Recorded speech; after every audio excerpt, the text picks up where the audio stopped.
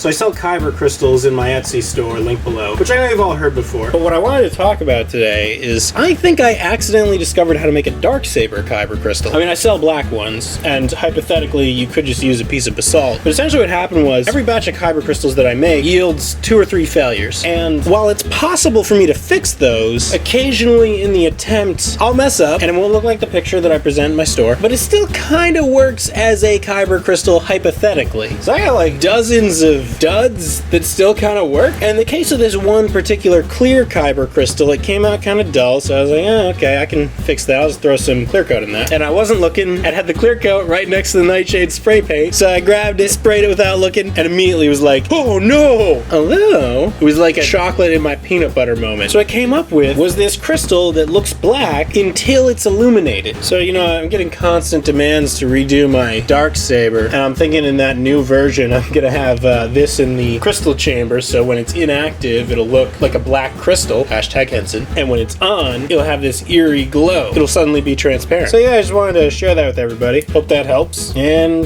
yeah, I'm gonna get back to building props. Happy prop making, everybody!